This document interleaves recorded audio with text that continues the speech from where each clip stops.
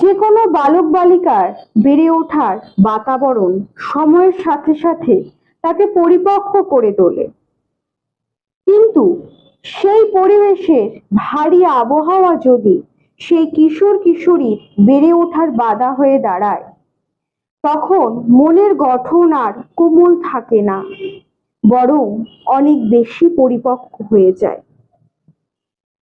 কেন বললাম এই কথা জানবো আজকের গল্পে। নমস্কার, দ্য স্টোরি অফ স্পেয়ারের পক্ষ থেকে আরো একটি নতুন ভিডিও। কেমন আছেন সবাই? আশা করি সকলে ভালো আছেন। শুরু করা যাক আজকের গল্প। এই গল্পের প্রধান চরিত্র দীপাবলি, সকলের আদরের দীপা। অমরনাথ ও অঞ্জলির মেয়ে দীপা, আর আছেন ঠাকুমা মনোরমা ও দুই ভাই। দীপা ছোট থেকেই পড়াশোনায় বেশ ভালো, আর পাঁচটা মেয়ের মতোই স্বাভাবিক জীবন ছিল তার। কিন্তু ছন্দপতন ঘটল বাবা অমরনাথ যখন মাত্র 11 বছর বয়সে বালিকা মেয়েকে বিয়ে দিলেন। বিয়ের দুদিনের মধ্যেই দীপা ফিরে আসে চা বাগানের বাড়িতে। ছোট বয়সের এই ঝড় তথা আঘাত দীপাকে যেন সারা জীবন সংগ্রাম করার শক্তি জুগিয়েছে। সত্যসাধন মাস্টার সবসময় দীপাকে অনেক বড় হওয়ার কথা বলতেন। আরো দীপা সেই মাস্টার মশাই সত্যসাধন বাবুর কথা মাথায় রেখে এগিয়ে যেতে থাকলো।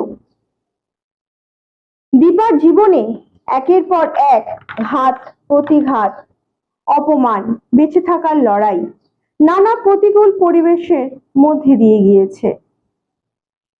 মাধ্যমিকের পর থেকেই উচ্চ শিক্ষার জন্য বাইরে পা রাখলো দীপা। তারপর আর কোনোদিনই সেভাবে বাড়ি ফিরে যাওয়া বা বাড়িতে গিয়ে থাকা হয়ে ওঠেনি।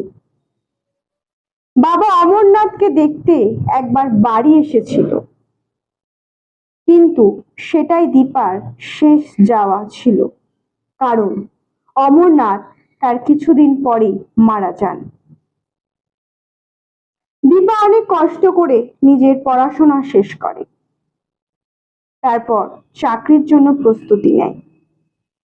পুরো একটা বছর দীপা খোলা আকাশ আর বই ছাড়া অন্য কারোর মুখ দেখেনি।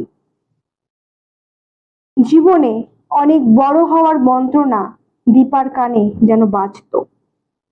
কে যেন তার কানে কানে এসে বলতো, তোমায় অনেক অনেক বড় হতে হবে।